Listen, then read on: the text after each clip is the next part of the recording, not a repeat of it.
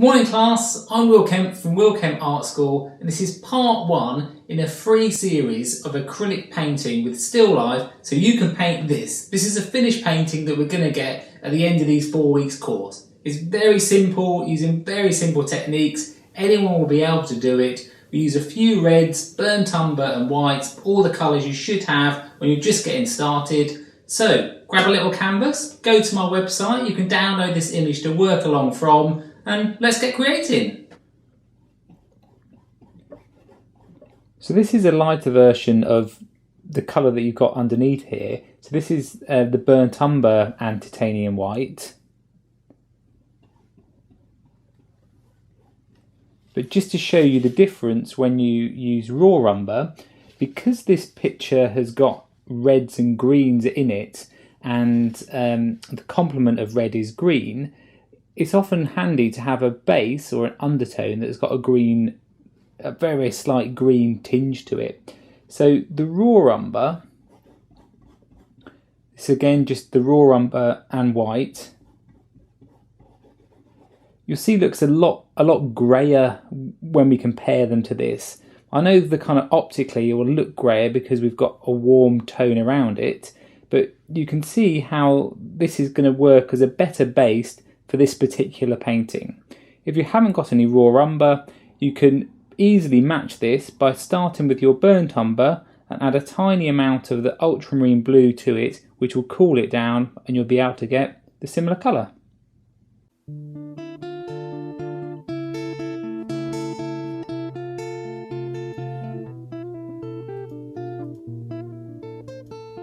Now I've done the ground with the raw umber and the white, and I've just done a very simple line drawing just with a 3B pencil to get the cherry onto the canvas. If you're drawing, you're not too sure about it, have a look on my website. I'm just starting a beginner's drawing course, but if you're keen on the painting, we're just starting again with the burnt umber, titanium white, and we're going to transform this, wait for it, this is what we're after. We're going to try and get this cherry as simply as we can from this starting point. So the first thing I'm going to do is to block in this shadow area. This is one of the most common mistakes when you're first starting, is that you concentrate on the object rather than the shadow that the object is casting and falling. So often you'll have like a cup that looks like it's floating, or an apple that looks like it's in space even though it's meant to be on a tabletop. So if you tackle that first, the shadow area, what is often seen as like the most boring part of the picture, if we get that in first, then we'll be ahead of ourselves. So this is just a sable brush. This is from Rosemary Co in England. They're really nice quality brushes. You don't need to use a sable, it was just the closest one that I had by.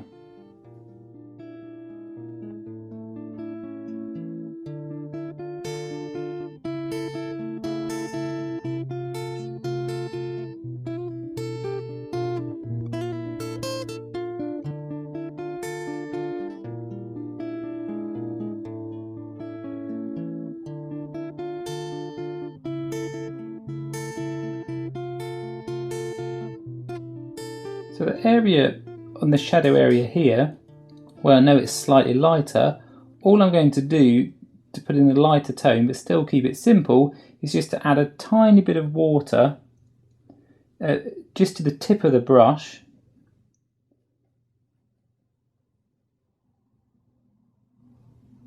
and then it's like a little wash that you can put in.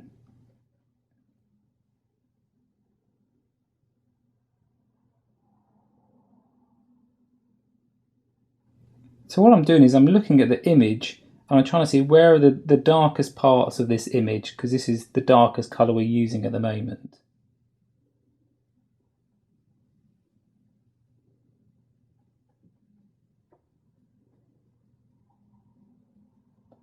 Again, just add a touch of water. On this area here, even though it's the red, often a common mistake when you're painting, especially red objects, is that you think they need to be very light because red is such a bright colour. So what you do is you keep on adding white to it and making it lighter and lighter, whereas in fact the actual tone of red, you know, if you took a black and white photograph of it, is actually quite dark.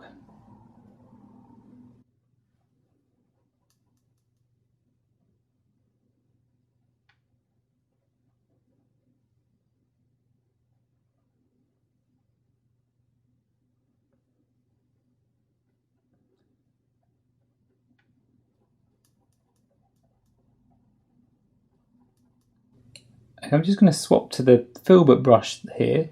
This is an Isabey brush. This is a number 6 and a filbert finish. I always favour the filberts. They're very handy, especially for round objects. So even though on this picture there's what's called reflective light, if you look very closely, on this edge of the picture. So can you see how there's some reflected light here that's bouncing off of the white all around and coming back onto this side? Now, there's also some, when you look under here, it's a different tone, it's a lot purplier. But we're not initially worried about that. Often when you're first starting, you try and worry about all these details, but you really don't need to. You need to try and look at the mass form of it, the real basic structure, and then the details or these kind of bits can always come later. It's always best to start simply and then kind of add more detail as you go along.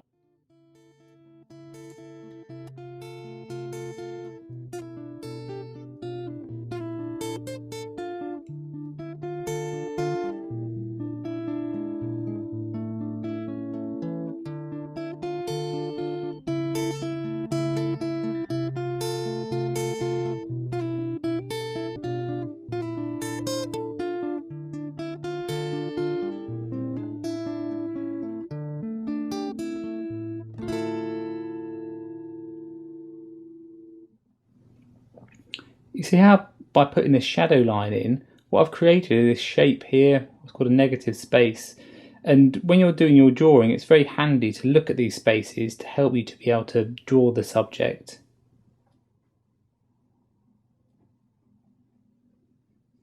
Okay, for the first part of that's all we need to do, just to get us a basis to get started. Just make sure after this stage, especially if you're using like a sable brush, that you just wash it out well in water, dampen it, use a bit of kitchen roll just to soak up the water into it. And you can squeeze it out, so you see how elements of the pigment all come out into there. And then you've got a clean brush. Okay, that won't make any marks on anything, and you can put that to the side, because now we're just going to work with a filbert to start blocking in the background. Click to subscribe above so you don't miss the next lesson. This is Will Kemp from Will Kemp Art School.